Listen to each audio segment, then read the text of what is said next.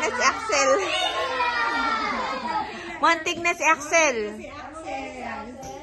Sasara ang bulaklak, bubuga ang bulaklak, papasok si Kayla, sasaya na cha-cha.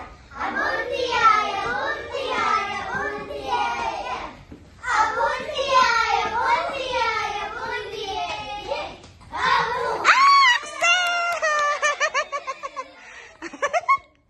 Axel!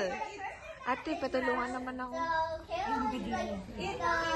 Isesend. Oo nga. Ate!